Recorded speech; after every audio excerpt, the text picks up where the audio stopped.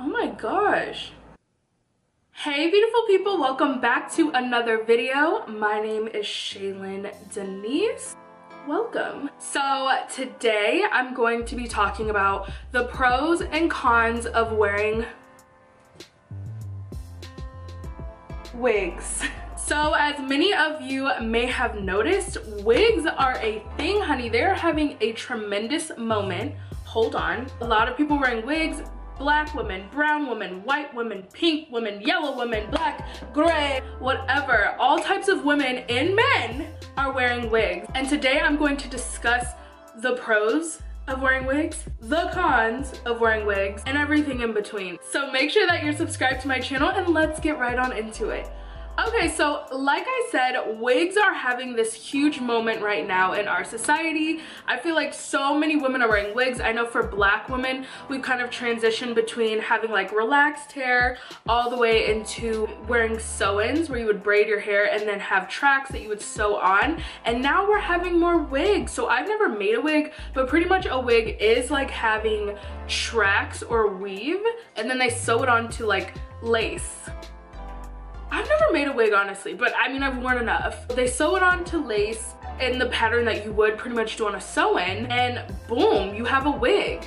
So first I want to start with the pros of wearing wigs. The first pro and the first positive of wearing wigs is that it's so freaking versatile. I mean, just take a moment and go through my videos. How many different hairstyles have I had? And I'm more of a tame sort of wig wearer, if you know what I mean. Pretty much, if you wear a wig, you can literally buy wigs that are short, like pixie cut wigs. You can buy wigs that are down to your butt, 18, 20, 24 inches, and anything in between. You can buy wigs with bangs, you can buy wigs with side parts, middle parts, lace wigs, lace front wigs where you can choose which part you want for the day, girl. Listen, honestly, the versatility is insane. And not only as far as the cut of the hair, but the color. So another pro is that a lot of people, if they're thinking of trying a new hairstyle, they might start with a wig. So they might want to cut their hair into a bob and start by putting on a wig to see how it looks. Or instead of cutting your actual hair, you can just wear the wig.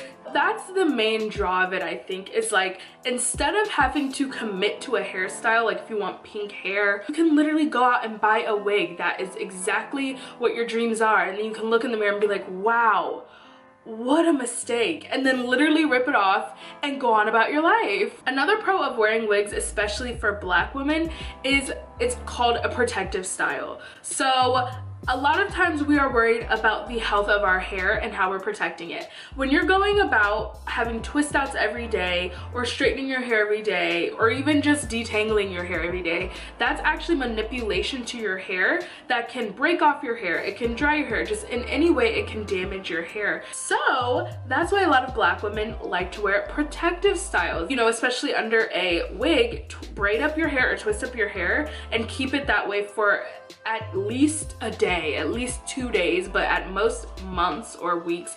With wigs, you're probably not gonna wear a wig for months.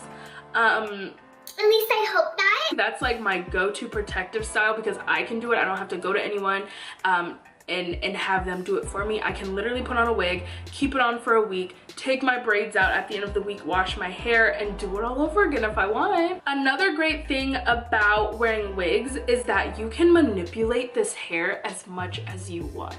Literally, I can curl and straighten this hair every day if I want to, girl. You know how you actually care about the health of your hair? I mean, depending on what kind of hair you get, especially if you actually pay, like, if you drop some stacks on a wig, like, you want to take care of your hair, so you don't want to fry it because you will have ends that start to look a little bit dingy. But I mean, for the most part, you can curl this hair as much as you want. You can straighten it as much as you want. I have so much fun switching up my styles every day. And for me, one of the most, like,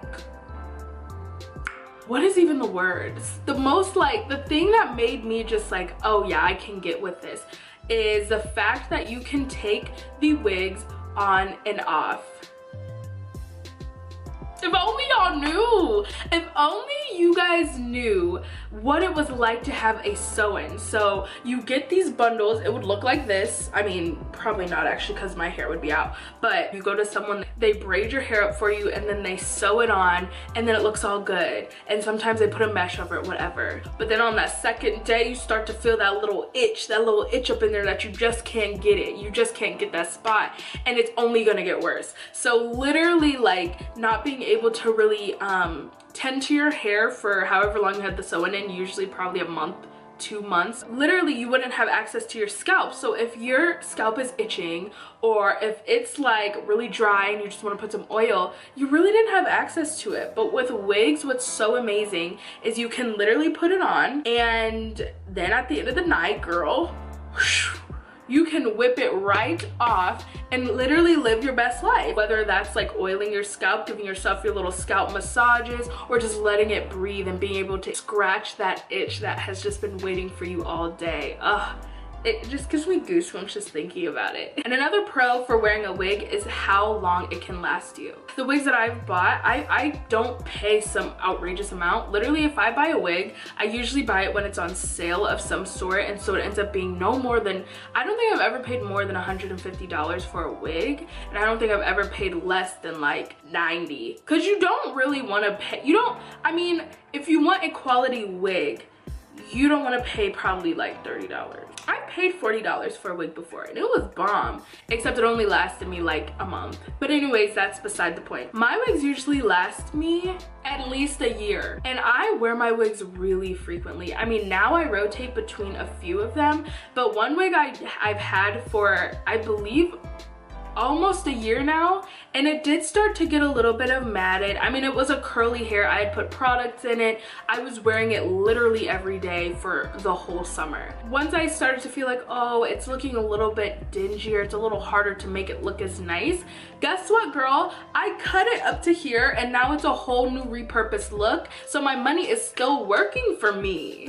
I have a video that I'll put up here, by the way, of me doing that. The more you pay, most likely the longer it will last. Now we're gonna move into the cons of wearing wigs. Yes, of course, with anything great, there is a drawback of sorts. One con of wearing a wig is making it look natural.